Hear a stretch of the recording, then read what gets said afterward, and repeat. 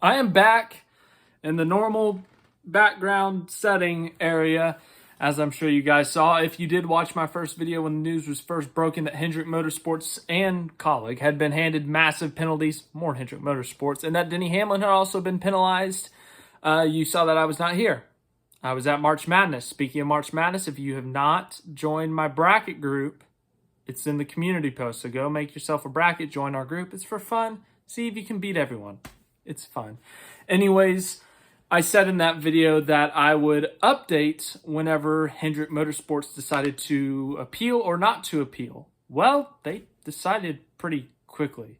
As I said, I was pretty busy, so I'm sorry that this is so late at night. But they have their decision. And just a couple hours later, Denny Hamlin made his decision. Let's talk about Denny Hamlin first. That's going to be a quicker thing. Denny Hamlin said, I won't be making an appeal to NASCAR. However, I will be making an appeal to the people. I'll see you next Monday. Hashtag ADDH, which stands for Actions Detrimental. Denny Hamlin, that is his podcast. Of course, his podcast is where he blatantly admitted that he wrecked Ross Chastain. Now, he didn't Matt Kenseth him. He didn't Jeff Gordon him like Gordon did in 2012 to Boyer. But he did just kind of go straight into Chastain, straight into the wall, and then just rear-ended him all the way down the backstretch. It wasn't that ugly or bad in terms of the wreckage, but he still admitted to intentionally wrecking someone. I don't agree with the penalty given. I agree that he should have been penalized. I think if you wreck someone and then you go out and blatantly admit that you wrecked someone, you should be penalized. Denny Hamlin has a great podcast. He gives a lot of great detail into the NASCAR world, different perspectives, the business perspective as a team owner, the driver perspective, because of course he's a driver, but also some other perspectives as well. So I really enjoy his podcast. I really like that he speaks his mind and that he is not afraid to say anything. As I said, he speaks his mind. But I mean, if you're going to say blatantly in public that you wrecked someone on purpose, NASCAR's going to hear it, and they're going to penalize you. That's how it works. The problem I have with the penalty is this is the penalty that William Byron got last fall at Texas when Byron did something worse, in my opinion. He intentionally spun Denny Hamlin off of turn 4 at Texas under caution. Under caution, that's a big part of it. Denny Hamlin put Ross Chastain in the wall and, just ran him into the wall. Pretty hard, yes, but, he didn't completely junk him or anything. And he got the same penalty. And it was under green. The caution never flew. So why is that the same thing? That doesn't sound like the same thing to me. The Byron one sounds much worse, in my opinion. When Byron spun Denny Hamlin through the grass under caution, I thought, oh, that's a points penalty. That's a fine, maybe. It ended up being 25 points, 50,000, whatever the penalty is. But Byron appealed. Byron and Hendrick Motorsports appealed. They got their points back, and they just doubled the fine. So $100,000 versus $50,000, and you don't lose any points. Hendrick Motorsports has $100,000. That's an absolute win, winning that appeal. And, of course, those 25 points ended up being necessary because it got Byron from the round of 12 to the round of 8. So a very big win for Hendrick Motorsports. If Denny Hamlin wanted to appeal this, I would like to think that he'd get the same result. I'd like to think that he would get the points deduction taken away. He'd get his points back. But you never know. Once again, this is just my opinion. I don't think Denny Hamlin should have been docked points for what he did. I think there should have been a punishment. I think a fine is worthy of punishment. But I don't think he should have been docked points. We've seen much worse, as I just noted, and they weren't docked points. Or they initially were, they won their appeal, and they weren't. So it's hard to compare sometimes, but in this, I feel like it's pretty clear, in my opinion, and I don't think that Denny Hamlin should have been fined. So we'll hear on Monday what Denny Hamlin has to say about the penalty and getting fined and docked points. But now we got to go to the bigger penalty. Hendrick Motorsports was docked a grand total of 400 owners points and 300 drivers points, along with 40 playoff points, 30 maybe, 40 in the owners, 30 in the drivers. Elliott's not getting any docked. And the money, I think, is $100,000 per team. So technically the biggest fine in NASCAR history to a single team is just it was across the 4 cars. I think Michael Waltrip Racing got $300,000 fine for Spingate. But point being is that this is a big penalty. This is the biggest penalty in NASCAR history, as I just told you, with the money. Well, Hendrick Motorsports has quickly responded. I'm sure they were informed of it before everyone else that they were going to get a massive penalty, and they had to write up an appeal. They had to write up a statement saying that they were going to appeal. Here's what they said. Hendrick Motorsports will be appealing penalties handed down from NASCAR following the race weekend at Phoenix Raceway. A statement from the team read, on Friday at Phoenix Raceway, NASCAR identified louvers, I still don't know how to pronounce them, I'm sorry, on our race cars during a voluntary inspection 35 minutes after the opening of the garage and prior to on-track activity. NASCAR took possession of the parts approximately 4 hours later with no prior communication. The situation had no bearing on Saturday's qualifying session or Sunday's race. The statement cited several factors that include louvers provided to teams through NASCAR's mandated single-source supplier do not match the design submitted by the manufacturer and approved by NASCAR. Documented inconsistent and unclear communication by the sanctioning body specifically related to the louvers. Recent comparable penalties issued by NASCAR have been related to issues discovered during a post-race inspection. For the March 19th Cup Series event at Atlanta Motor Speedway, Hendrick Motorsports has elected not to request deferral of personnel suspensions, citing a strategic decision.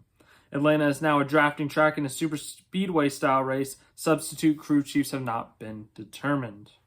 So yes, in terms of the crew chief, I think that's a smart idea to not bring the crew chiefs to this. You know, if the penalty gets upheld, they will have served a race, so you only got 3 to go. It's the super speedway, you know. As great as crew chiefs are, super speedways are too unpredictable that they can't really make too much of a difference. They make a difference, don't get me wrong. But sometimes just crap happens and you can't do much. So Alan Gustafson, Blake Harris, Rudy Fugle, and Cliff Daniels will be out for the next 4 races if the appeal is held. That's tough. For substitutes, I think Greg Ives, he's recently retired, but he's still involved at Hendrick Motorsports, I believe. I think he would be willing. I'd like to think he'd be willing to potentially step in for the 48. The other ones, there's someone out there. I don't know. Greg Ives was all I had. There's former crew chiefs in that team or potential future crew chiefs. Anyways, point being, big penalty, big losing for them. As for their reasons for appeal, technically they're right, but I'm a Hendrick Motorsports fan, and I said this last year when Keselowski got handed the L2 penalty. I said it when Harvick got handed the L2 penalty. I said it when Denny Hamlin and Kyle Busch got disqualified. If you break the rules, you're going to get penalized. And NASCAR has not been messing around. They have now fined, docked massive points, or taken wins away from the biggest teams in NASCAR, Joe Gibbs Racing, Hendrick Motorsports. They're not messing around. This is not a joke. Like, if you break the rules, they're not going to say, oh, yeah, totally. It's okay. Just don't do it next time. No. They're going to take those parts, take them back to the R&D center, and when something beeps up on the little scanny thingy, I don't know if that's actually how it goes, they're going to say, oh, dock them 100 points, dock them 100 owners points, fine them a bunch of money, and tell the crew chiefs to stay home for an extra 4 weeks. That's just how it goes now. I mean, that's what the next-gen car is. It's supposed to equalize the field in a sense. It's supposed to make the field tighter. We're supposed to see teams we don't usually see up front competing for wins, top 5s, top 10s. Yes, the best teams are still going to rise to the top, but they're not allowed to have the advantage that they normally had. And if you break the rules, you're in trouble, massive trouble. I can't really defend it. There's nothing I can say to Hendrick Motorsports. Yeah, you can say, oh, it was pre-race, it was never used in the race, but you still modified a next-gen part that you weren't allowed to modify. And you were going to use it in the race, but then they said no. So if you did use that in the race, you failed post-race inspection, Byron gets the win taken away. I think Larson finished second. So Larson, the 1-2's gone, and Blaney would have won, I think. So you broke the rules. I can't really defend you there, Hendrick. I'm a fan of yours, but I can't defend you there. I'm not going to go call them blatant cheaters because, everyone's bending the rules a little bit, I'm sure.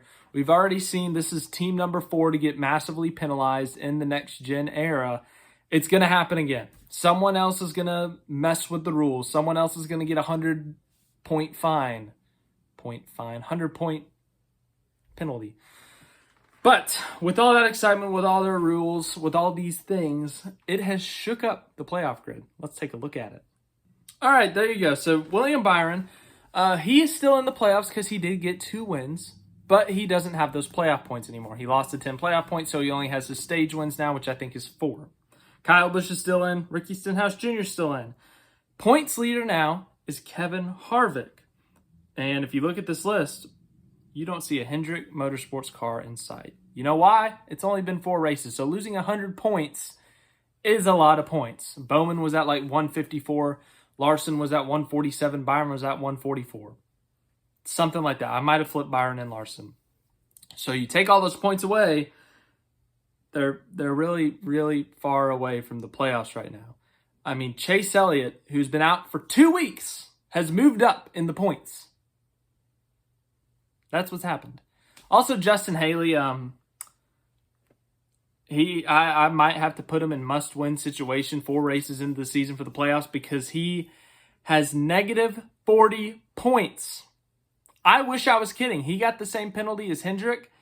He was sitting at 60 points after the race at Phoenix, and 100 points, 60 minus 100 is negative 40, for those of you who didn't know. I'm a math genius, and I can do that kind of math. I know, right? But yeah, so the points have been massively shuffled. We have Keselowski and Buescher both up there in the top 10 in points. I know this is the playoff grid. People are below them in points.